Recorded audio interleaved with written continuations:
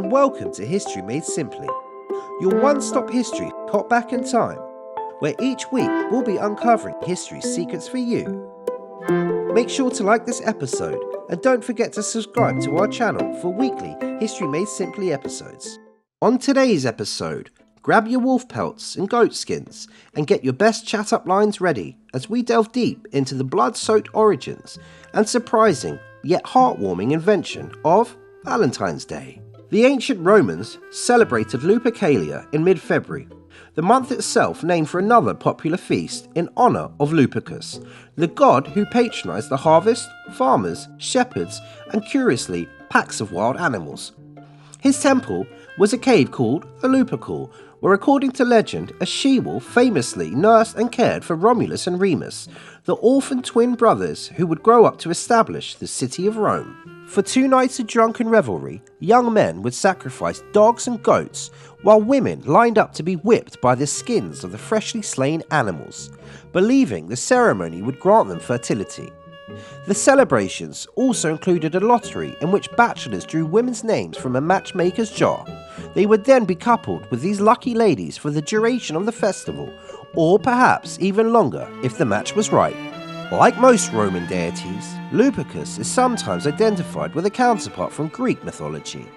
In his case, it's the god Pan. Both are associated with wild beasts, fertility, and out-of-control parties, and both are commonly depicted with the heads of horned animals. Hence, all the goat killing. This festival was very important to pregnant Roman women and formed a key part of the empire's marriage customs. The goat hides were also used to whip crops in the fields as a way of promoting fertility in the earth and calling on Lupercus to ensure bountiful harvests once the winter passed. As the Romans began to embrace Christianity, they weren't quite ready to stop drinking or give up their blood-spiked festivals, much to the disappointment of the early church leaders. Even so, the adoption of a new faith was not without its own life-threatening realities. Many saints who would be later canonized by the church met grisly ends in these times, including 2 martyrs killed in 2 different years in the 3rd century AD, both named Valentine. Early medieval texts reveal that there were 2 Christian martyrs named Valentinus, executed on February the 14th on the orders of Emperor Claudius II in the middle of annual Lupercalia. The first incident was of a Christian priest healing the blind daughter of a wealthy official who was apparently so grateful that he and his entire household converted. Good news for the official's daughter, but bad news for our friend Valentinus, who was beaten and beheaded for the spreading of a religion that was still illegal in Rome at the time. His body was burned at the site of his execution. The second Valentinus was the bishop of the Italian town of Terni.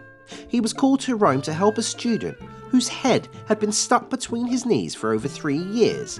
Yikes! The bishop cured the student. It's anyone's guess how the churchman actually managed to do so, which again led to his father, a very famous orator, being baptized into Christianity in gratitude. Valentinus was arrested by the prefect of Rome and ordered to repent by sacrificing to the traditional Roman gods. His refusal got him beheaded, and his body was buried outside of Terni. Now, these accounts weren't written down until centuries later in the Middle Ages, and their similarities, 2 different men with the same name being killed on the same day by the same emperor for similar crimes, cast doubt on their authenticity, and even on whether Valentinus existed at all.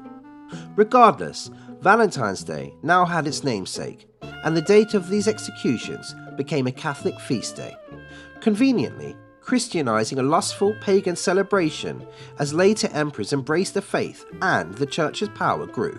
So far, we've covered animal sacrifice and the martyrdom of saints. Plenty of bloodlust, right? But where's the love? Leave it to the titans of English poetry to turn death into romance. No, literally. The word romance originally described works of epic adventures. Think of King Arthur and his Knights of the Round Table. So it is fitting that the first hint of Valentine's Day being associated with love comes from Geoffrey Chaucer, who famously translated the Arthurian romance or cycle of heroic legends from the original Latin and French into English. Chaucer lived in the 14th century when medieval English calendars recorded the beginning of spring in the month of February. Thus, he thought the feast day of St. Valentine would be the perfect occasion for his poem, Parliament of Fall, which spoke of birds gathering to select their mates after a long and brutal winter. In fact, during the Middle Ages, it was commonly believed among the French and English that February the 14th was the beginning of birds' mating season, which added to the idea of Valentine's Day being a day for romance. Gives a whole new meaning to the phrase lovebirds. Within a century of Chaucer's death, St. Valentine's Day became established in both England and France as a romantic occasion that calls for the exchange of love poems. Maybe not quite like the ones Chaucer wrote, we can't all be famous poets, and by the 18th century, people began to connect the idea of love and romance to a doomed Christian priest who some thought had been a matchmaker for Roman couples, probably muddling the details of the ancient Lupercalia with medieval customs and the legends of our unfortunate boy, Valentinus. Chaucer penned his piece in the year 1375, and the oldest surviving Valentine still in existence today was a poem written in 1415 by Charles, Duke of Orleans, and nephew of the French king, to his beloved wife while he was imprisoned in the Tower of London, following his capture at the Battle of Agincourt in the 100 Years' War, back when England and France weren't exactly on the best of terms. Years later, it is believed that King Henry V of England, the victor of Agincourt and eventual winner of these wars, hired a writer named John Lydgate to compose a Valentine note to Catherine of Valois, one of the French king's daughters, whom Henry would later marry when France sued for peace. Catherine's queenship in England would be a turbulent one. Her husband perished in his sickbed during battle, leading to succession of her and Henry's son, another Henry, at the age of just 9 months. Catherine was 18 when she married the English king, and only 21 and still very young, very beautiful and marriageable when she was widowed. Fearing the power of any potential stepfather of the infant Henry VI, Parliament passed an act which basically bankrupted any man who wished to marry the Queen, so she, in true Valentine's Day spirit, instead fell in love with and secretly married her Welsh butler, Owen Tudor, who, as a servant, had no fortune for the baby king's government to seize. Queen Catherine and her lover boy had several children before she died in 1437. As you could probably guess, it is her and Owen's grandson, Henry Tudor, who would rule England as King Henry VII after slaying Richard III on Bosworth Field in 1485, ending the War of the Roses. This conflict over the throne between two branches of the English royal family was fought bitterly under the banners of red and white roses due to the by then not so great rule of Catherine's son, the now grown-up Henry VI. Kings, knights, secret marriages and roses. Very romantic, huh? In both senses. However, death was not the end for Catherine of Valois' story. There are no surviving records of the Queen's second marriage to her fast-talking Welsh Romeo, which called into question the legitimacy of her descendants and their rights to the throne, to the point where Henry VII ordered her memorial in Westminster Abbey to be removed in an effort to put some distance between himself and his potentially illegitimate ancestry. During this removal, her coffin lid was accidentally opened, revealing her corpse, which for generations became a ghastly tourist attraction. On February the 23rd, 1669, so just a week after Valentine's Day, diarist Samuel Pepys kissed the lips of the long-dead Queen on what was also his birthday, writing, "This my birthday, and I, 36 years old, did kiss a Queen.